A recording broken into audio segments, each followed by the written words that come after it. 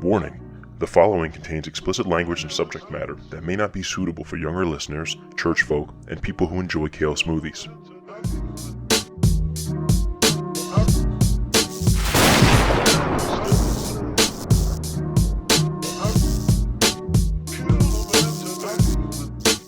Ladies and gentlemen, welcome back to A Pod Amongst Men. I'm your host, Steve B., and these are Coffee Break Conversations for the 21st century. So we're back. A special guest tonight. He's a returning guest. He's been on once before. It was over a year. It's like 2 years ago now. But it's my dad. My stepdad. My dad. This guy, you really can't see him.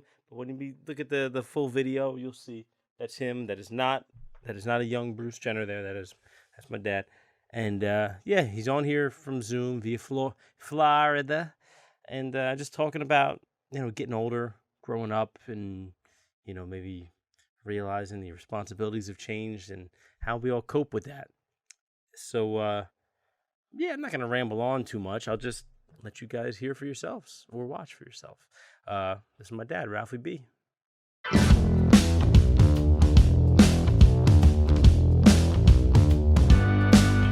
Yeah, I mean, the whole idea is, having you on here, I get to kind of look at things, I look at, back in the day from my point of view as a kid, but now I get to hear it from you as an adult. I'm not just a kid asking you anymore.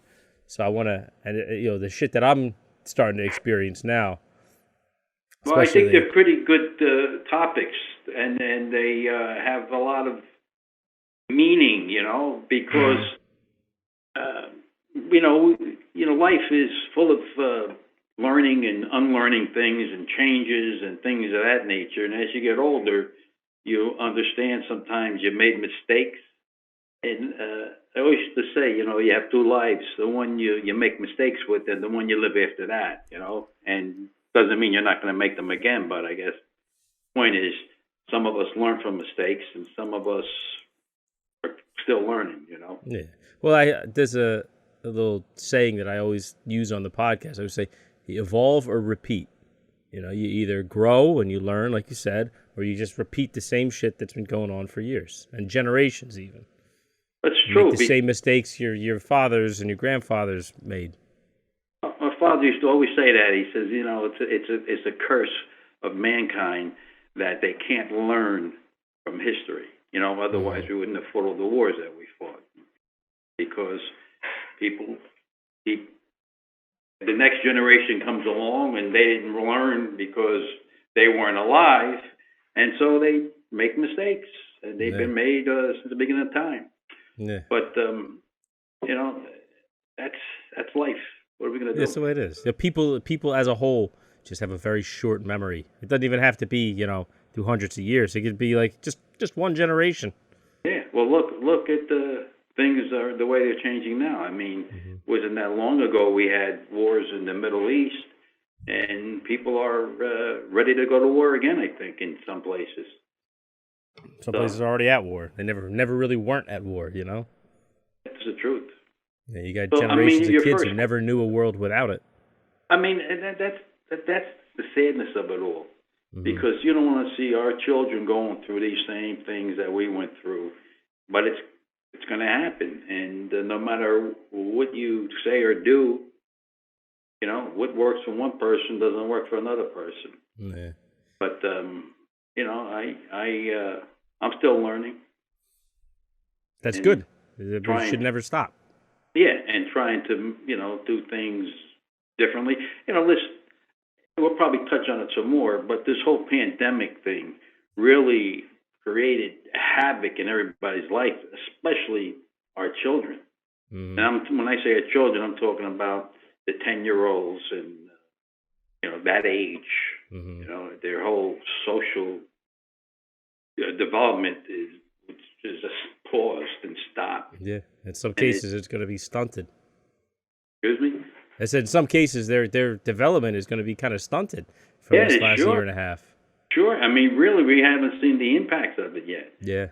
A little bit, I've seen some impact, but it's really been troubling to me to watch Nolan and to some extent Tyler with their games and and walking around with phones and tablets, not tablets, it was a little iPad things or whatever they are, Yeah, to it's a play tablet. games.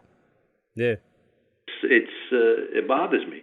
Although, I know Nolan's playing a lot of sports, and that to me is some development, but or education or whatever you want to say, but the fact that the minute he comes home, he's Mm-hmm. upstairs with the headphones on playing some crazy game. Well, that's the thing, though. Like, a lot of we didn't have any of that stuff, even when I was a kid, let alone when you were a kid. And I'm sure, when we were kids, that stuff was available, we'd probably respond to it the same way. We'd get sucked in just as easily. But I don't know, so much has changed. One of the things I wanted to talk about, too, was how, if you just going back, again, like to my childhood, which was, again, much different from yours, I think of how much kind of freedom we had as kids and how much unsupervised time we had. We could just go out. I can go out and play in the neighborhood with the other kids that, didn't live on the same street, but they lived in a bike ride's distance. And it's like, that's gone. Like, and it's not even that, kids don't live by other kids, in some cases, but it's more of like us as parents. Like, we're so hyper aware of all this stuff that's out there because of, I would attest, like social media and like 24-hour news. The social media has a big aspect of that because there's always stuff going on that you're hearing about that you never heard about when you were younger, or especially when I was young. But I don't know if I had the technology that they had today. I might have been able to do a lot more things than I can do now. I mean, Nolan does things and says, I'll take that at Grandpa. And, it's I watch him and say, geez, why don't I know how to do that? But it's the way the world has always been, Yeah. The next generation coming up has the benefit of everything that we had, plus whatever new, technology or whatever new stuff has been developed. Yeah, so, every new generation standing on the shoulders of everyone that came before them. Yeah, that's right. That's exactly right. So go ahead. I was just going to say, so it's still a process, and it's sometimes it's good and sometimes it's not so good. Yeah. Well, I kind of feel like, for anybody that listens to the podcast regularly, this is definitely me beating a dead horse here. But again, like, we see so much with the news and with social media. We see every time, say like a kid disappears anywhere in the country, whereas before, like 30, 40 years ago, you never see it. You only see what happens in your immediate area. So it's like parents just kind of weren't aware, and now we're hyper aware. So we think that there's a kidnapper lurking behind every corner, which is crazy because if you look at the actual stats, like the crime stats and stuff, those numbers are all way, way down compared to where they were, a couple of decades ago. But so it's like the world's safer and we're more scared. Yeah, because there's so much, the least little thing, like you said, that happens. Like this week, you hear about, the news is quick to go when there's a shooting and somebody gets killed. They got people out there interviewing the police, showing the police.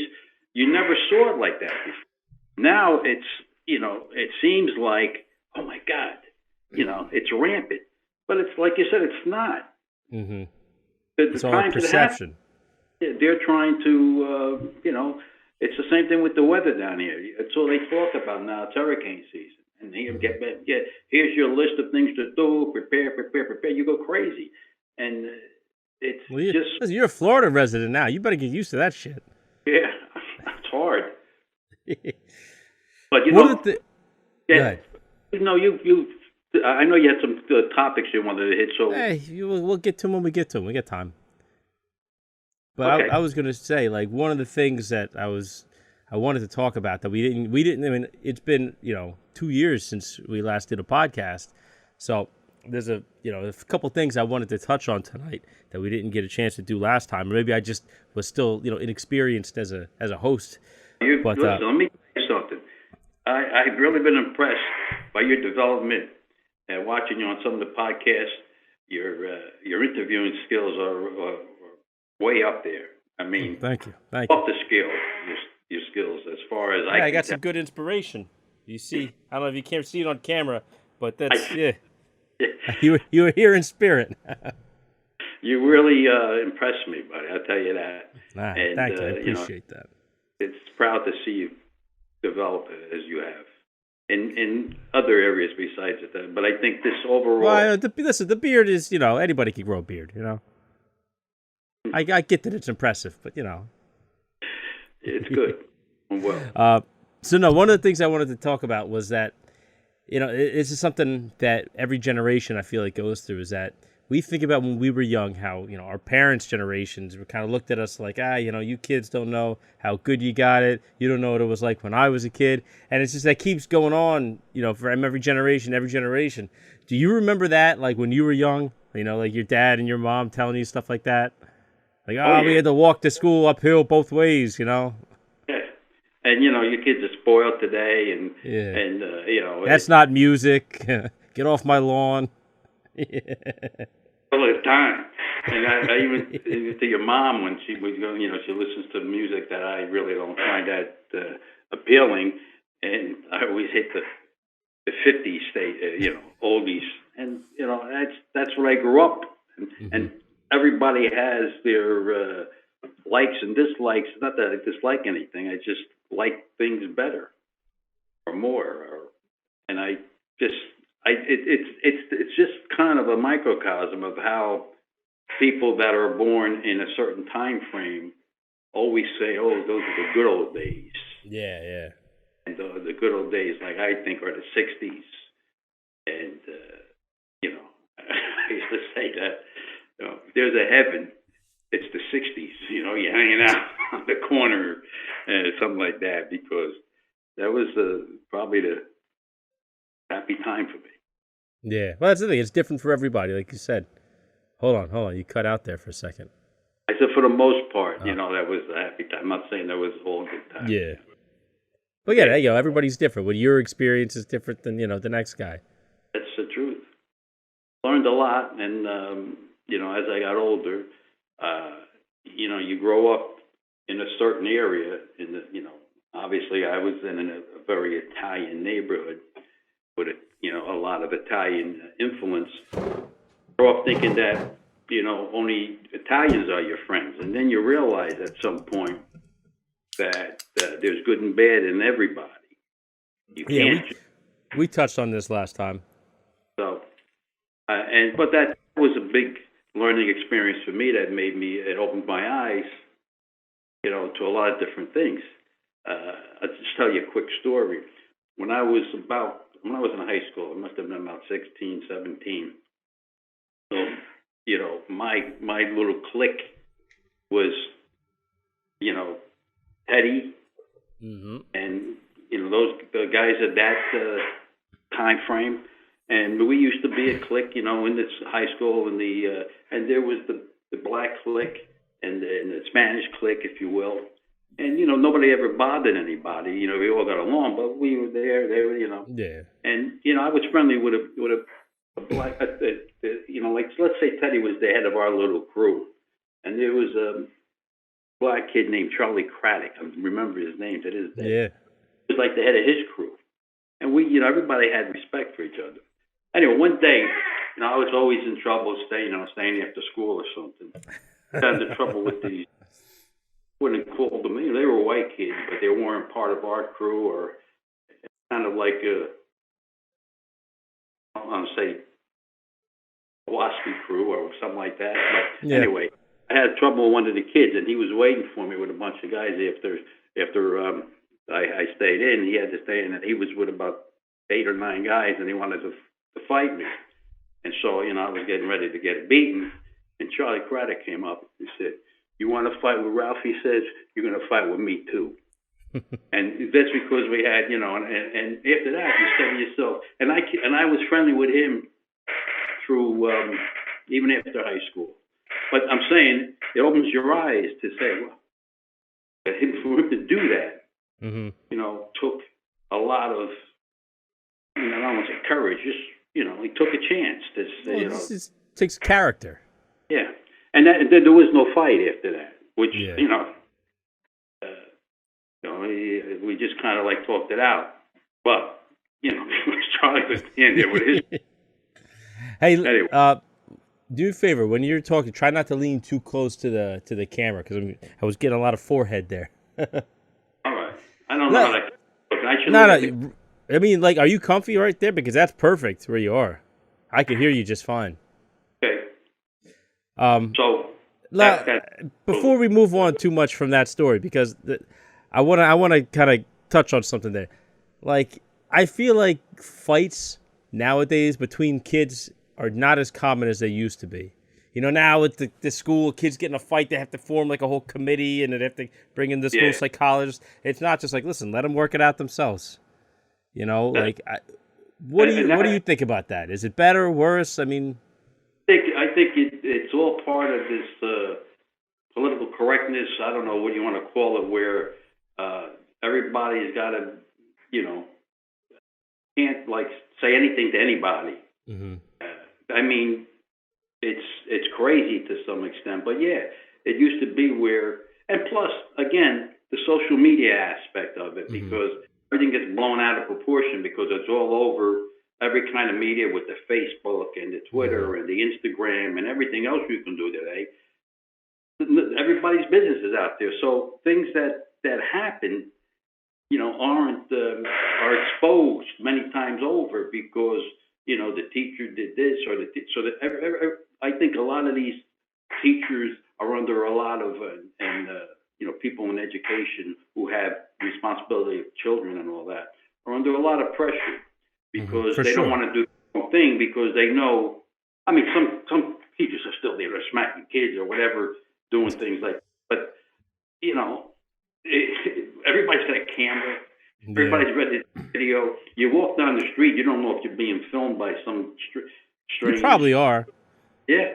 So a lot of that, and it gets obviously publicized, and so people are very over, stepping their bounds, I guess, to some extent, where they're trying to make sure nothing is happening that shouldn't be happening, and sometimes. Well, let me play devil's advocate for a minute, because I remember growing up on stories from you about being in Catholic school and the nuns and the brother, the father, priests, whatever they were, being kind of sadistic, crazy people.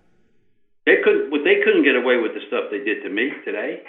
I had brothers punch me and stuff. I had nuns hit me with the rulers and their hands, and priests too. And you went home and you said something to your parents, and they said, "Well, you deserved it. You're bad." And but today it would be on TV. Mm-hmm. It would be all over the place. It'd be on the news stations. Look what this guy, the teacher, did. Back then, nobody had a camera. Nobody had a cell phone, so yeah. It you grew up differently. That's for sure. Mm-hmm. And I did some things that weren't probably deserved to be punished, but physical punishment like they did. Remember, a nun made me kneel down in the corner of the office, the principal, because I did something wrong, on my knees. I mean, what are we gonna do? Chop my head off next? Yeah, I mean, it really changed. I mean, over time, you say, gee, that kid gets away with murder today, but not really. I mean, because they may not get the immediate type of physical punishment that we used to get, but they're under so much more supervision. Yeah.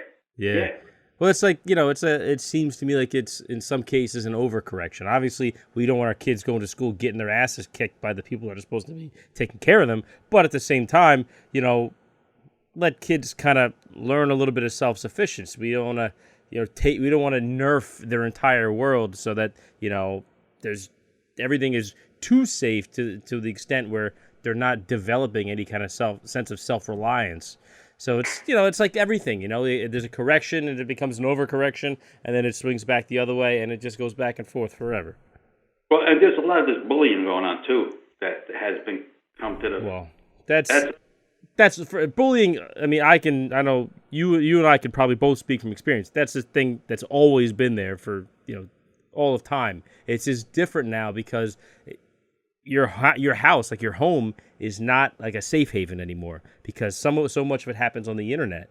You could kind of never escape it as a kid, and that's the thing that's changed. And it's the media aspect of it because they can. It's one thing to get bullied in school if somebody like pushes you around or calls your name and blah blah blah blah, and you get into a fight, hopefully, and you resolve the issue. But now they can follow you home with with social media, tweeting on this, right? Look at the. You can't escape. Finding something that you wouldn't want anybody to see, maybe a photo or some kind of whatever that you did, and then they use it. Well, look, he's fat. He's this. He's that. He's so, and it's much harder today because they can torture you when you're home, like you said. Did you ever have any dealings with bullies when you were young? Not many. No. I actually had to. Most of my experience with bullies was when they were bullying my brother. And I had to step in a couple of times. I'm sure he was asking for it, though. And he when you have that kind of mouth, it's good and bad because some of the guys that he had a crew that was a little bit younger than me, obviously about 4 years younger than me, but we all used to be in the same area when we hung out.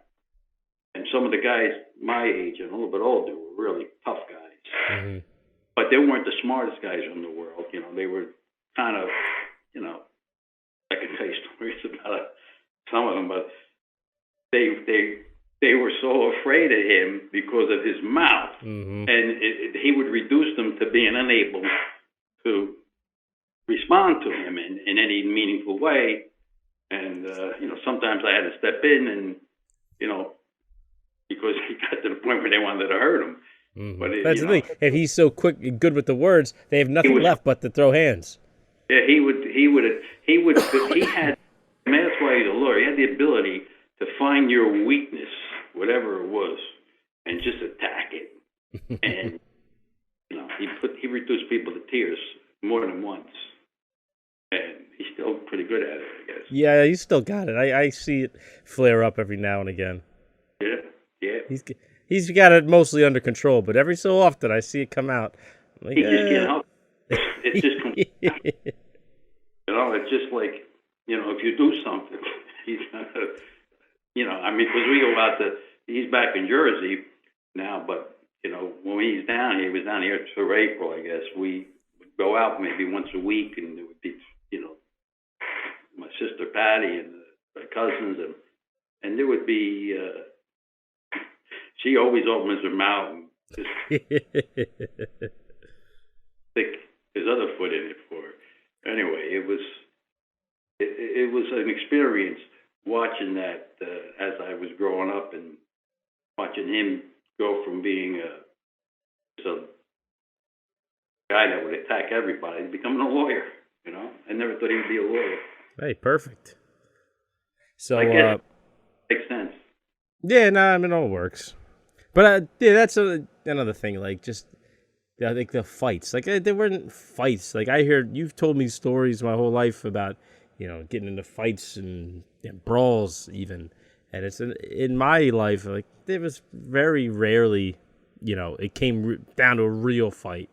I've seen a few, but not to any great extent. Well, yeah, we did have a lot of fighting going on back then, and I don't know if that was just part of the the hanging on the corner aspects of it, and having your crew, and and then you I mean, I can remember stories where we went into other areas. Most of them were on the prowl for some female companionship. Other little cities. There was a place called Lyndhurst in New Jersey. I don't know if you ever. I know. So there used to be a lot of good-looking babes up there. So we went up there about, I don't know, I had my 62 Caddy back then. There was about 5 guys in the car, and we got into a scrape with some college kids. We used to call them collegians. They were like football players and people like, they weren't Nicky Norkers, they used to call us, the way we dressed and everything. So we caught a little bit of a beating there. So so we left, and they thought they followed us back to New York. Which was a big mistake, because they followed us. And the first corner we pulled up to, we pulled over, and these guys came out of the woodwork, and they couldn't believe it because they thought they were going to catch us and give us another beating. But it was, it's like that. It's like in a movie. All of a sudden, you see everything like pauses, and you hear the narrator come on. It's like, see, this is the point where I knew I messed up. Yeah, and they were big guys, and I remember the time in Seaside. We used to hang down in Seaside in the summer. We'd get. I was just there like 2 weeks ago. Huh? I was just there like 2 weeks ago. Yeah. Anyway, we used to walk the boardwalk. It was a whole different environment then. And we get all dressed up and blah, blah, blah. So we were on the beach one day. There was these college kids again, and they were playing football and stuff. And we got into a little scrape with them. So that night, they were staying in a place. We rented a place with the second floor of this building right up by the boardwalk. Anyway, they came, we were getting ready to go out, and there was stairs that came up from the street to the second floor we were staying, and they just came running up the stairs. They must have knew where we were. It was about 12 of them. What a fight broke out. When they came running up the stairs, my friend Espo was at the door, and he waited till they get and he just slammed the door in it. And we went into the kitchen, and we pulled out the table. The kitchen table had a drawer with knives and stuff in it. We just threw it at them as they came through the door, and they were fighting. So we went out of the window. I had shorts on and those shoes on, and then we did a hanging jump down to the first floor to get away. And we're running, and the best part is police were coming, the sirens. So I went back to the street behind us, and I went underneath somebody's porch to hide because the police were there. And somebody says, "He's under the porch." He's under the porch. They out. They brought us to jail. They stuck us in the jail. And this kid Espo, he had iridescent pants on, iridescent shirt. As he was walking into the police station, they had him. He wasn't much bigger than me. And this big college kid said, "Yeah, he's the one that hit me." And he said, Espo says, wait a second. He says, "I engaged fisticuffs with you." And the guy says, and Espo punched him, put him in the cell. It was crazy. And my father had to come down. That was even crazier. Yeah, I'm sure that was a fun ride home. And years later, we had to do the same thing for Eddie.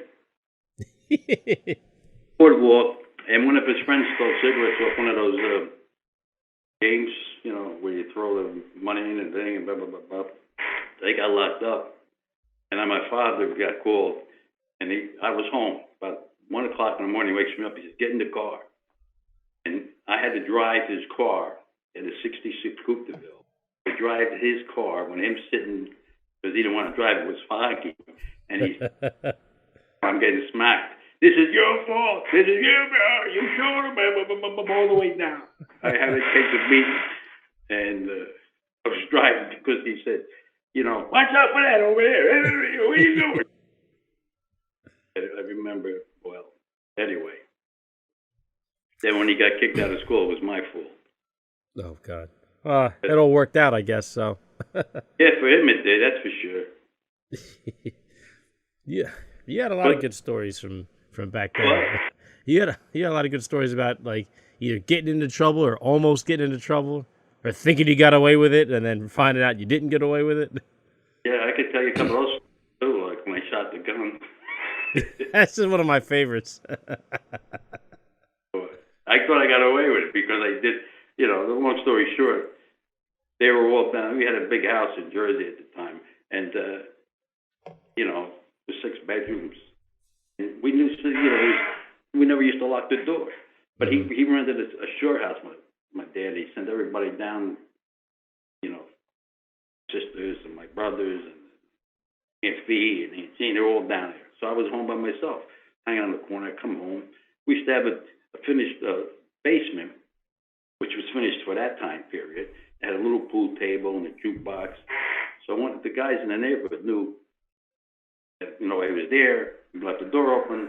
So I got home. I knew somebody was in the house. So I went up and got one of the guns, went downstairs, walking down the basement, and there's a bathroom right to my left, which I was walking past, and I saw a movement. I turned around, and there was this kid I knew from the neighborhood. I already fired a gun, but I just missed him. Bullet went through the door, it hit the tile, smashed all the tiles. It was 45. It almost fainted. Anyway, I went into the workshop, got the tile, put plastic wood on the door, sprouted. I thought I was home free. He comes home, and a couple of days later, weekend, both the bathrooms are in use. Sunday morning, he takes the newspaper, goes downstairs because he had to do his business. Sitting down on the bowl, he looks, he sees a piece of the pink tile that was in the bathroom. Where did that come from? And he looks up, sees the grout, then looks at the door. He runs upstairs, gets the gun out. So I was there hanging on the corner. It was a Sunday afternoon, and my sister, I wasn't driving then. I was 16. She comes and she had a big DeSoto. She says, I said, what do you want? I said, Daddy knows she shot the gun. And I was like, figuring,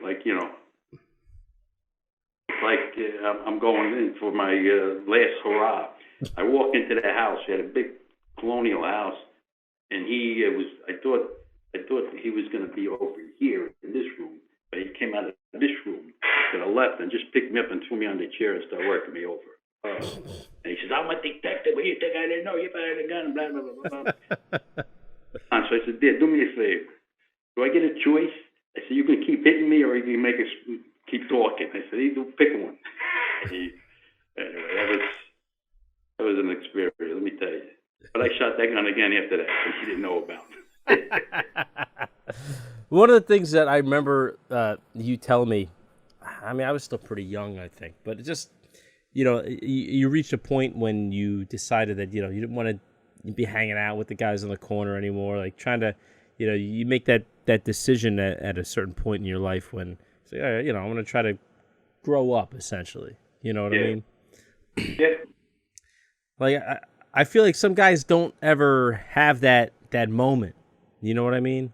Like, there's a lot of guys that try to hang on to that, like those youthful days. I mean, everybody was trying to hang on to the youth to some extent, but I mean, they refuse to just accept the next stage of their life. Well, there's I always think that living well has different aspects to it. There's a physical aspect to it. There's a mental aspect to it. There's an emotional aspect to it.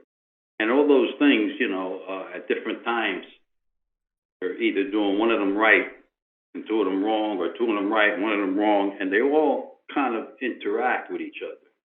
Let me tell you what I mean. For instance, when you go through life, there's times, I guess when you get married, when you meet a woman and you're in your early 20s and you decide that you're going to get married, and that's really the first step when you start to leave the hanging on the corner and the other things behind you. And then you're working, you're going to work, and your baby comes along, and now you're really, you got a mortgage. There's nothing like a kid in a house to snap you into reality. It really is, and in any case, you maybe not doing right by yourself physically. You're not working out because I remember after I bought my first house, I was working 2 jobs. I was going to the phone company 9 to 5, whatever. But then about 6 o'clock, I was going to the Meadowlands, and I was working 6 nights a week there. Coming home at 11 o'clock at night. What were you doing there for work at the Meadowlands?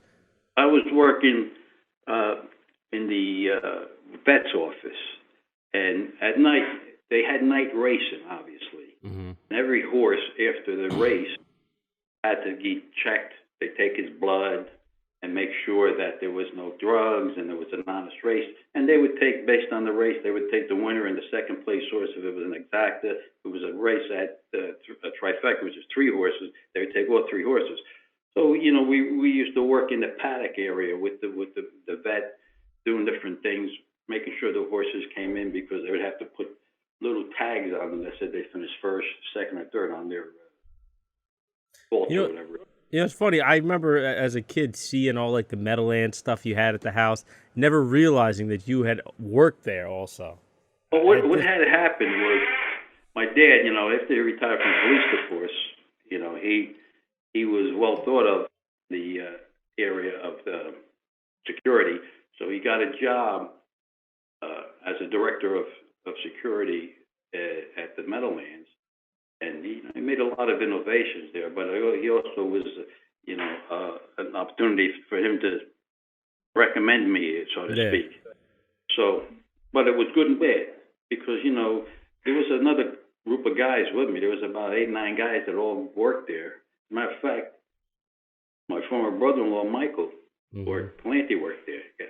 I got him a job, and so it was nice, because you kind of you didn't do much anything but hang out. I could tell you stories about Cat Manzi, who was a very, was the Trotters, and he was a very popular driver, and made friends with him and a couple other guys, and he used to give me information. And being in the state vet's office, you couldn't go up and gamble, but I figured ways out to go up. And he got by once they had you're in the back stretch, so they gave you. They used to have a van that would run behind the track, so that the drivers get in between races if they wanted to go up to the front side where the betting is and all that. Now, I feel like I should say this for anybody unfamiliar with New Jersey. The Meadowlands is a horse race track, so it's a racetrack. People go to bet on the horses. You've seen it in Bronx Tale was with the Aqueduct, but the same thing. So it's a racetrack. I'm sorry, I just wanted to make sure if anybody's lost. They used to have thoroughbreds, and they used to have the Trotters. The Trotters are the ones with the sulky in the back, and the guys like a little chariot kind of thing. Yeah, right. Yeah. So that was a very popular time. But anyway, so I would get Cat Manzi would give me his little hat, helmet that he wore, and a whip, and I go out there and stand with the drivers and sneak up there and make. Yeah, crazy. But anyway, that was I was doing those 2 jobs, and what happens is after a while, your marriage starts to disintegrate a little bit, because you're not spending time home, you're not taking care of yourself physically because you're working all the time, and you're not. I think when you don't take care of yourself physically, it does impact your mental and emotional psyches. Yeah, 100%. So that happened, and obviously it led to us breaking up. And right after that, I made it, a commitment to get physically fit again. I started working out, and I really turned myself. I was in the gym since I was single at that point, if you will. Breakups have a tendency to do that. There's an old saying, say breakups make bodybuilders. Yeah, well, I would go, did work, and then on the way home, I didn't have a second job no more, I didn't need it. So on the way home, I would stop at it was a racquetball club that was a big gym that had tennis courts, basketball courts, a basketball court, a swimming pool, the whole 9 yards. And I started, I work out every night. And, I played basketball. I really got into good shape. I mean, I was still in my early 30s. So, it wasn't hard to get back into shape. I mean, I'm not saying it was hard. It was easier to get results. Let me put it that way. Yeah. You work harder for less results at my age, But so that was, and also emotionally, when you go through, excuse me, this chair's making a lot of noise. When you go through a divorce, it is an emotional experience. And I like a lot of guys my age that had that misfortune looked at it the wrong way. Emotionally, they think, okay, I'm going to go out and bang everyone I can, hands on. And you know what? You're not healed emotionally. So what I was all about at that point, having learned through seeing other people make those mistakes, I said I'm going to wait until, emotionally, you gotta when you go through that kind of thing, you gotta mourn. You gotta heal. You gotta heal. There's a saying that I've said a few times on here. It's if you don't heal what hurt you, you end up bleeding on everyone around you. That's right. And I was I don't want to say smart enough. I had enough insight at that point to realize I had to heal. I didn't go running around. Just did my thing with the gym, and I socialized with different people, and I enjoyed myself. And I got back into a point where I had my confidence back and whatever, and I started to, live a more rounded life. Yeah. Well, but it was, my point is the emotion, the mental, the physical, all complement each other at that point because you're hitting on all cylinders. And I don't think you could do that if you do it, when you drop the emotion and figure, I'm going to just go out and be an animal. You got to find balance. Yeah, you got an intellect, right? Mm-hmm. And you can use your intellect to control your emotions to a certain extent. Or you can have your emotions control your intellect. So or you just have your emotions control you, and you go out and act like an asshole. And then you say, "Oh, why is everybody so upset?" Another time where I realized that emotion thing that you can control it is when, in Jersey when you're driving and you get into these, I don't want to say road rage, but somebody does something, blah blah blah blah. You're saying to yourself, after you react, sometimes I would think about it and say, "Here's a perfect stranger. I don't never know this person, and I'm giving them total control over my emotions. Mm-hmm. Why would I do that?" Yeah. And you say to yourself, take a deep breath, think, and control that emotion. You can control your emotion, or you can let the emotion control you, right? Yeah. Well, that's all something that comes with gaining wisdom as you get older. You learn there's no reason to fly off the handle because some jerk off cut you off on 287 or something. It doesn't pay. The only person that ends up getting hurt is you or someone you care about. That guy's gone. You're never going to see him again. Right. It's like you're the one drinking the poison, and then and why give him total control over your life, maybe? Yeah. If you do something stupid and get locked up or whatever, was it worth it? Of course, it's never worth it. Even if it doesn't go that far, because you're just wasting energy. Right. It's energy you could be spending on something positive. Right. You're so right. I always say that you still need some kind of vent to get out that negative energy. I agree. I suggest the gym, working out. To me, that was always a good one. And one of the reasons we got into this particular topic is because as we get older and the responsibilities change, for me personally, having now 2 kids, a wife, a house and everything, and just more responsibilities in general, it's harder for me to justify, going to the gym for an hour and a half every day. Sure.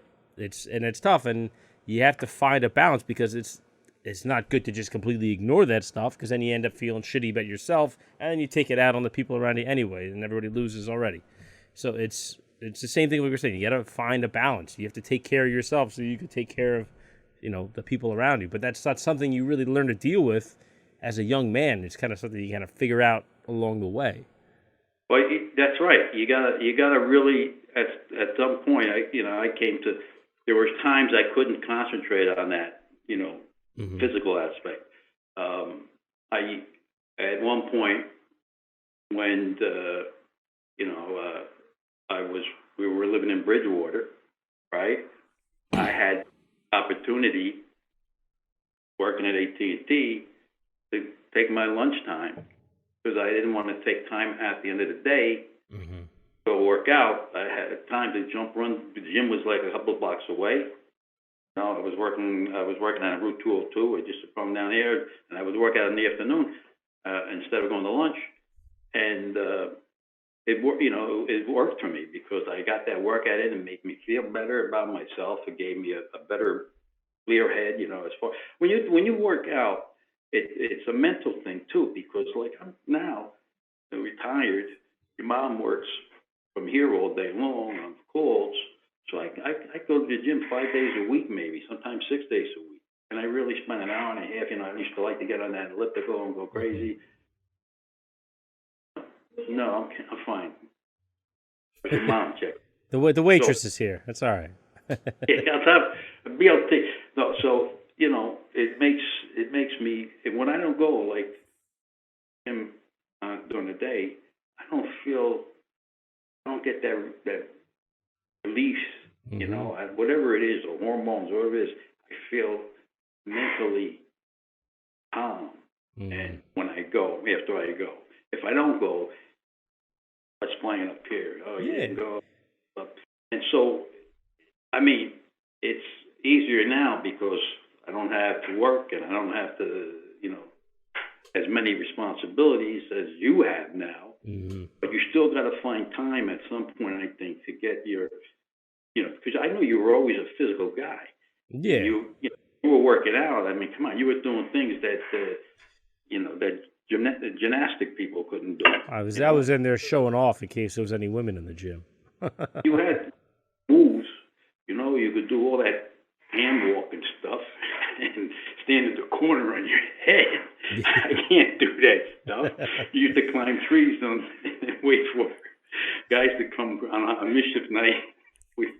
But you were physically active your whole life, and you need to keep that. I mean, I know you're gonna go through a time now. You got the newly born baby, and a lot of things going on, and you're gonna have to juggle at some point, work it out. Maybe not right away. Yeah, we'll find the balance. We'll find that equilibrium somewhere along. But as long as you got that mindset, you'll do it, and it's something you'll do again. And it'll take you a couple of weeks to get back into some kind of Steven shape. Yeah. Well, I mean, like me and Betty have been talking about it because obviously for her, she's working on losing the pregnancy weight, and for me, like my whole system all those years when I was living alone for 9 years straight, it was just okay. Well, don't eat junk food. I just won't buy junk food. There's nothing in the house. There's no temptation. So it's great. You used to have a good. I remember you used to get all that healthy food, and you used to go shopping and make your own meals and to make your own lunches. I did all that, but the thing is, it's great. But then when you live in a house with other people, and for instance, now there's kids in the house. There's other people that have different tastes. Tyler likes having 3 Oreos after dinner. That's fine. He's a kid. But now, I never learned to deal with that temptation. I just, got rid of the food. I didn't work on dealing with that, building up that discipline for when it is there. I know. So that's the part for me. It's all I'm finally somewhat getting back into some kind of routine. It helps with Betty. She's back on a diet now because she's trying to get back to where she was, and this is the good opportunity where I'm like, all right, good, you're gonna do it, I'll do it too, we'll do it together. Know what you'll do? You'll start doing things like maybe. I remember when Alyssa was born. Same thing. Her mother wanted to get back into shape, so I used to play racquetball with her at the club. Mm-hmm. That I ultimately, when we weren't together anymore, that I used to go there after work and work out. But I used to play racquetball with her, and for her to exercise and for me to exercise. But then I would go do the weights after that. But in any case, that's something you and her might work out because she's going to be just as anxious to get into a workout routine that you are, and you could obviously do it together. Yeah, brings you closer together. We were working out together. We were doing. You ever heard of Orange Theory? Yeah. An orange. And we were doing that for, geez, like the first 2.5 years that we've been married. But obviously we stopped when the pandemic hit. But I like it. It's a good workout. But I'm used to doing my own thing. I put my headphones on. I have my music. I don't have to do what someone else is telling me to do. Today I want to work, biceps, or tomorrow I need to hit shoulders. Like that, I'm used to that kind of freedom, that flexibility. With them, you do what the workout is for the day, or so it's not the same. It used to be good too with the bag, punching bag. I mean, I remember you working that bag over. I'm gonna go back. There's a boxing gym not too far from here. They do like MMA and stuff too, but I want to do boxing specifically. Yeah. But they cost money That too. heavy. Yeah. Maybe one of these days, I'll behind the garage here. I'm gonna pour like a concrete pad and set up like a little home, like an outdoor gym kind of thing. The same thing. You could bring Tyler into a little bit and give him some self defense. I've been where I worked with him here and there a little bit. It's definitely my fault for not being super consistent with it. But I've taught him like fundamentals and stuff like that, like working on footwork, just learning basic punches, jabs, and crosses and hooks and stuff. But we didn't. I don't know what it is. It's hard to be consistent with that because it's something about like you get home from work and for me it's physical work, even if it's not the most physical day, relatively relative to what the job is, but it's really hard to get motivation to get up and do stuff. I'm sure it is. It really is. I mean, especially you got a 2-month-old that Not you're even. always. Well, what's today? I mean, you got a lot more responsibilities. What's today's date? Do you know the Today's the 13th. 13th? All right, 2 more days it'll be a 2-month-old. Yeah, that's what I was just thinking that myself. That he's April 15th, Tuesday. Yeah. Be 2 months. But I mean, And I remember you being good about like going to the gym and stuff like that. Like, I know, like obviously everybody throughout the decades we go up and down with weight and fitness and stuff like that. But you were always pretty serious about staying in shape. Yeah, I always was. I mean, after a certain age, I don't know. I mean, I was a teenager. Gyms weren't like very popular. Yeah, not what they are now. Only I don't want to say weirdos, but guys that were really muscleheads, for lack of a better word, and you really. Then all of a sudden, little by little, as I was in my mid-20s and maybe a little bit older than that, it started to become very popular. And by the time I was in my 30s, a lot of people were using the gyms to work out, do things. And then now, I mean, you never saw too many women in the gym. Oh, I'm sure. Now, I mean, you see more women than you see men in the gym. So it's just the way the world progresses, if you will, or evolves.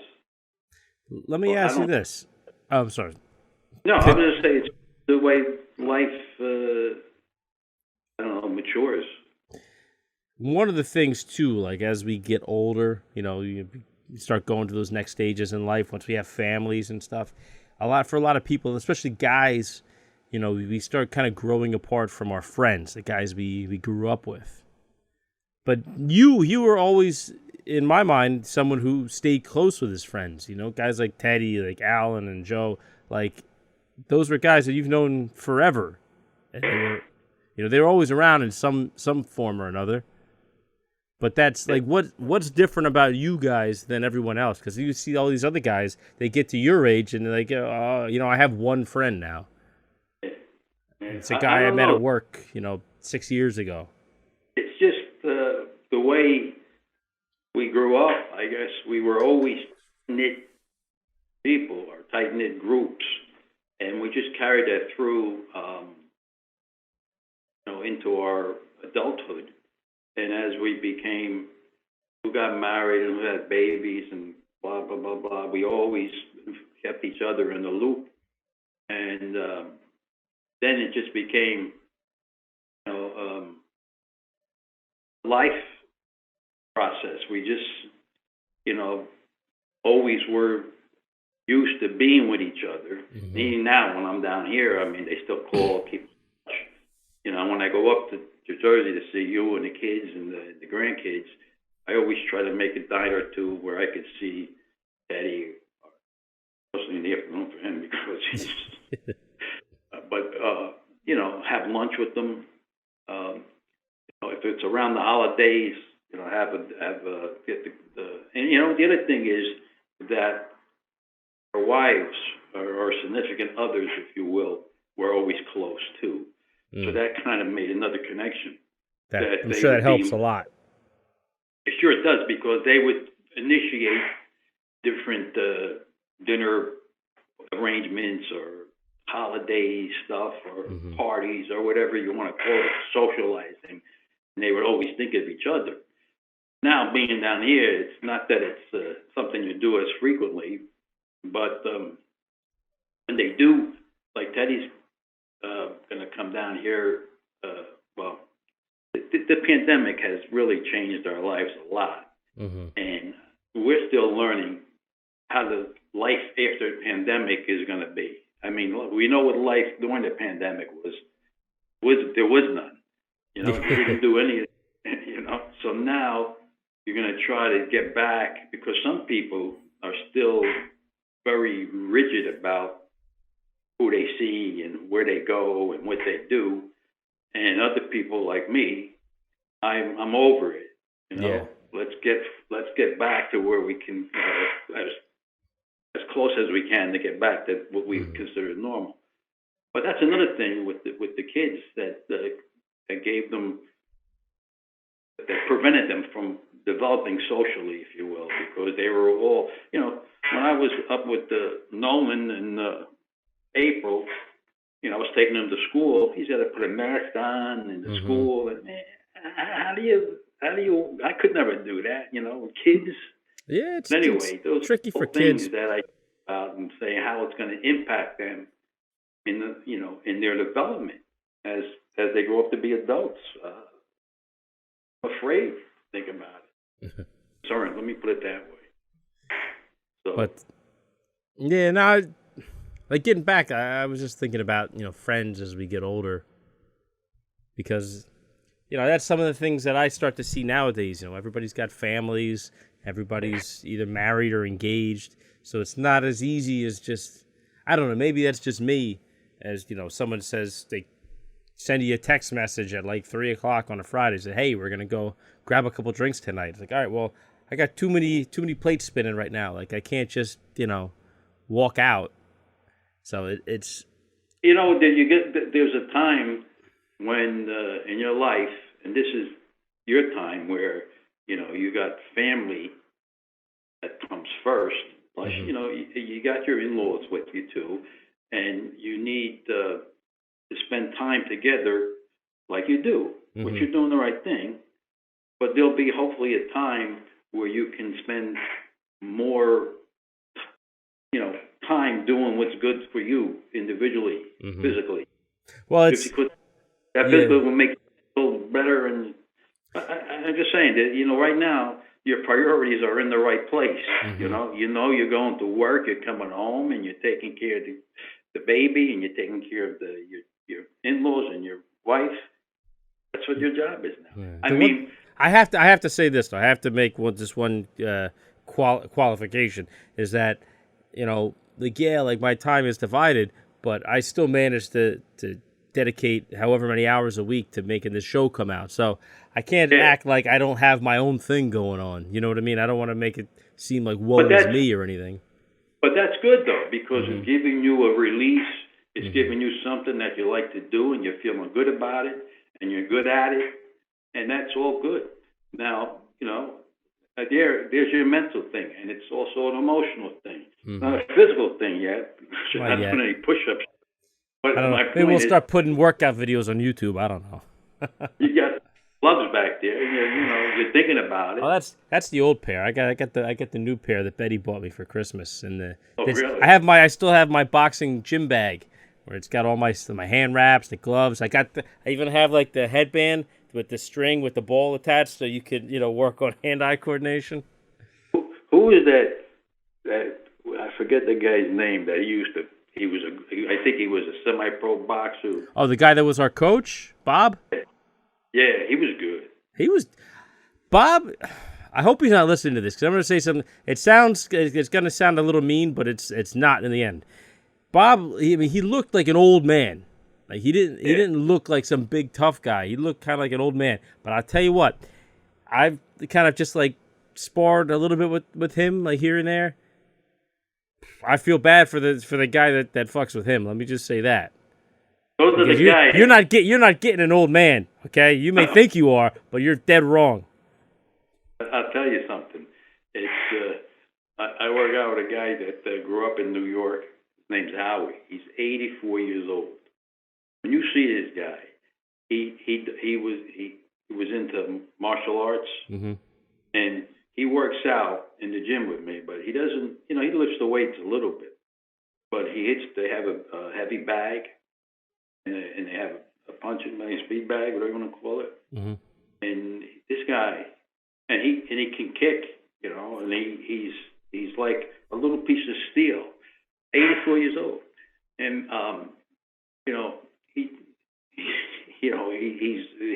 him and I became very close, and he said, come on, let's go work out on the heavy bag. He wants me to, he shows me the way to punch on it. But my point is, somebody messes with him.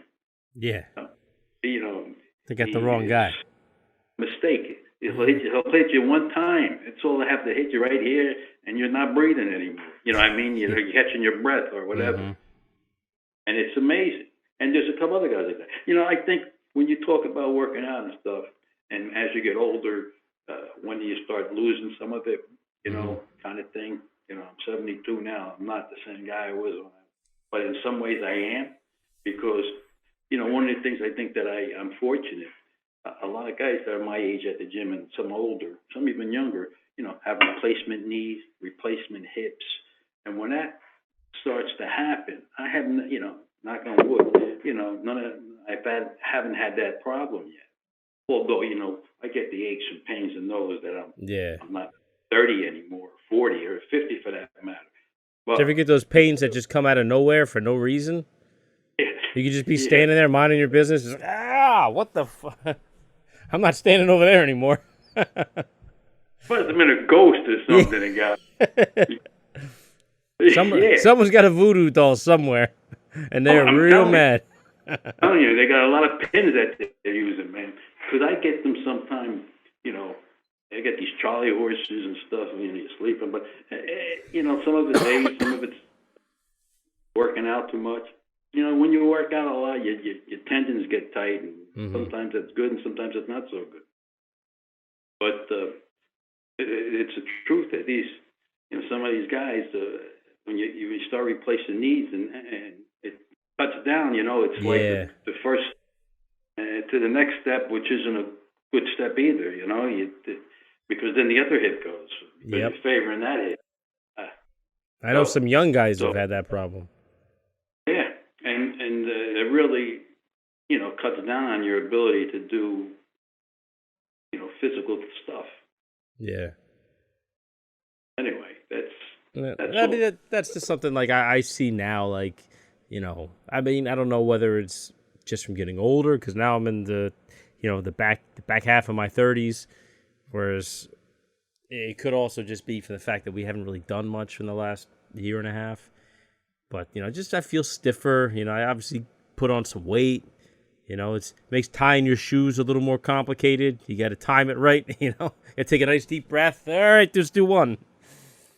But you know what? But in my late 30s, I lost for a period of time.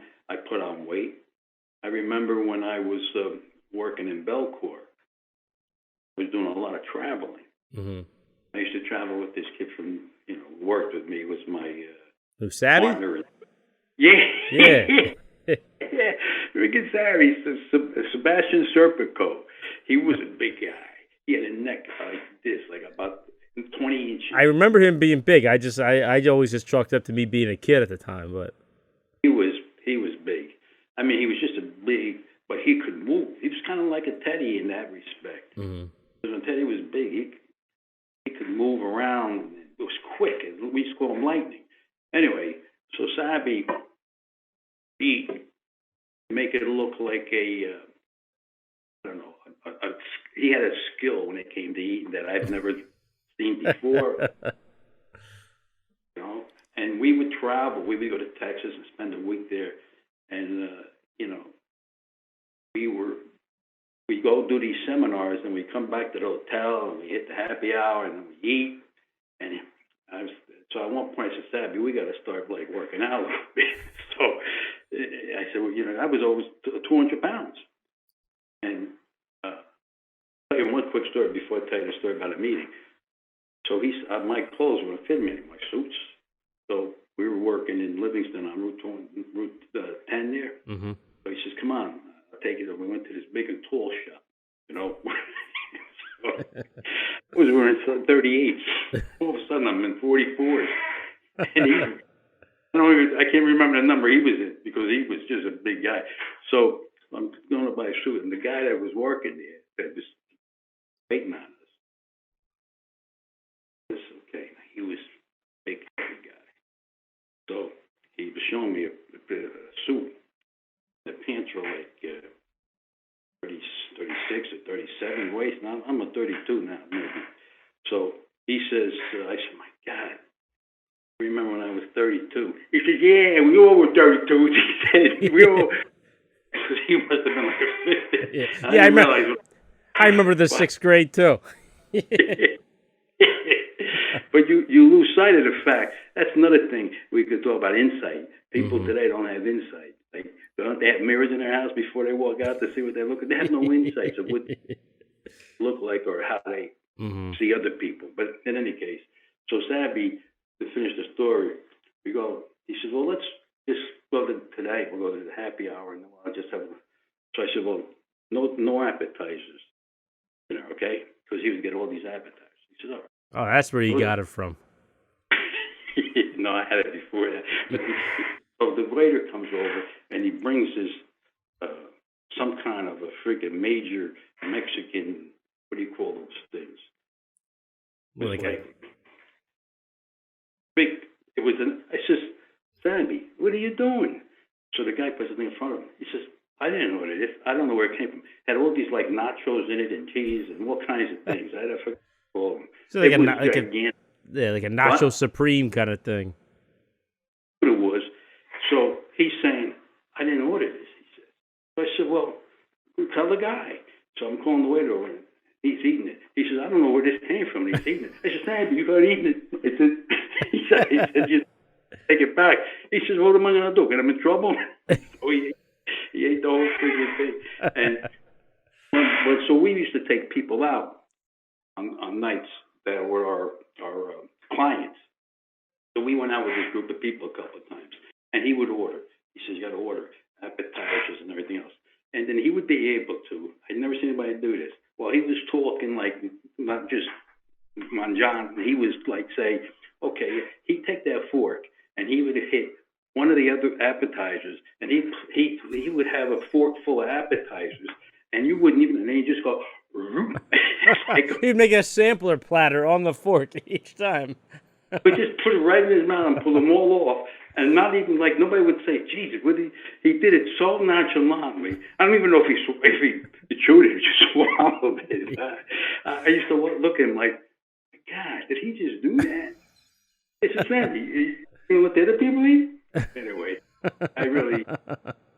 And he could play basketball. He would just sit there and make 3-point shots. He used to play basketball once in a while. Anyway, that's my Sabby story. But my point was saying and telling you all that was I got over to 200 pounds at that point. Mm-hmm. And then all of a sudden I said to your mom, no more nacho supreme. But she would make me boiled chicken. I would bring it into lunch, and I lost some weight. But it's. I guess what I'm trying to say to you is it's all a process, you know. can't always be, whatever you want to be. I mean, you can't always be in your best physical shape or your worst physical shape. It's always you're working from it or to it, or trying to improve. Mm-hmm. And when it becomes important to you that this is what you want to do, you'll do it. Yep. That's this life. Is what you want to. That's life. It's ups and downs, peaks and valleys. Yeah, I always say that if there's no bad, there can't be any good. Yep. If there's no sadness, there can't be any happiness. It's not just always happy. You're right. That, when you were talking about the development of children before a little bit, that's the thing I see in not maybe your generation, but the generation right after it, where parents were more successful. Mm-hmm. They gave their kids everything to make them, and so these kids are never happy because they don't know what happy is. Yeah. Happy, the normal. I got a car when I'm 17, and whatever I want. They don't know what it's like to go without. Then they get depressed when they get older because they find out, nothing makes me happy. Yep. Because they get depressed at something that you or I would look at like, what are you, crazy? But to them, it's different. It's all perception. Yeah, it really is. I mean, we didn't have that. You didn't have that. Mm-hmm. Well, I was in the sweet spot. My specific age, me personally, I was in that sweet spot where I was old enough to know what the world was like before the internet, but also young enough to grow up alongside it and with it and kind of learn the ins and outs, without being left behind and be one of those guys like, I don't know how to do this. Yeah. These kids today grow up like I said, Tyler, Nolan, they can do stuff that I can't do, and I don't even know how to start to do it. I watch them sometimes. Their fingers work a lot faster than mine, and their mind does too. But who knew? Who knew? I mean, I didn't see a cell phone till I was in my 40s. Bill Shatner knew. He watched the old Star Treks. They knew. Yeah, I mean, so and it's just I never caught up to that technology level when I was younger. So it definitely has zoomed right by. It's growing at such like an exponential rate. It's impossible now. Yeah, we just got this Echo. The Amazon. Yeah, I can't get it connected. Those things, honestly. You know what? Somebody gave it to us. We got one for Tyler. I think they're overrated. They're unnecessarily complicated. They're trying to be super simple, but what ends up happening is it's so complicated to set them up. It's just a pain in the ass. It is a pain in the ass. And then there's talk about that people can hack into it and get your codes and open the door and do this and do that. Who needs it? Yeah. No, listen, I could tell you some horror stories that are going to make you throw it out the window, but, we'll hold off on that for the next podcast. We got it, and we were dealing with your mama are trying to do it this morning. Hey, your screen froze a little bit on my end. Oh, what happened? Your screen froze, unless you got really good at ventriloquism. Oh, yeah, I can see that. Maybe that's what... Whatever. Listen, we're running up on the end anyway, so... why don't we'll put a pin in it and we'll save it for round 3 when we come back. You got it. So, all right.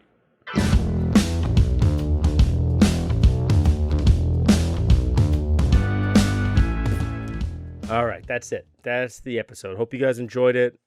I enjoyed it. It's always nice to talk to the old man. That's all I got. It's been a very interesting week over here. If you guys made it this far, oh man, I found out some very interesting things about my DNA this week. So I'm not going to get into it now. Maybe I'll do it in an episode in the near future. But very interesting. Explains a lot of things that I've noticed my whole life that now kind of make a little more sense. Anyway, that's it for the show, guys. I don't know why I just kind of teased that. That was really kind of rude. But, thank you guys for watching. Thank you for listening. I appreciate all you guys. I appreciate all the support online. Make sure you guys let me know. DM me. We still have stickers for sale. They're only $3. It's not much. Support the show. It helps. Make sure you like and subscribe to the videos. Like the video, subscribe to the channel on YouTube, Pot Amongst Men. If you're watching this, just hit subscribe and hit like. If you're listening, just jump on YouTube. It's a Pot Amongst Men. Very simple, not complicated. We're also on iTunes, Spotify, Google Play, Amazon Podcast, Stitcher, SoundCloud, iHeartRadio. Ooh, excuse me. That's the beer. Wherever you get your podcast, we're there. That's it. If you're listening, just keep on going. You're doing the right thing. You got it all worked out. Make sure you search us on Instagram and Twitter, A Pot Amongst Men, at A Pot Amongst Men. No spaces, no underscores. Very simple. And, if you guys reaching out, maybe you want to be a guest, maybe you have a suggestion for a guest, maybe you just have a question you want me to answer on the show, apotamongstmen@gmail.com for any long-form comments or questions. And, that's it. Oh, and last but not least, big shout-out to my buddies over at the Three Ninjas Podcast.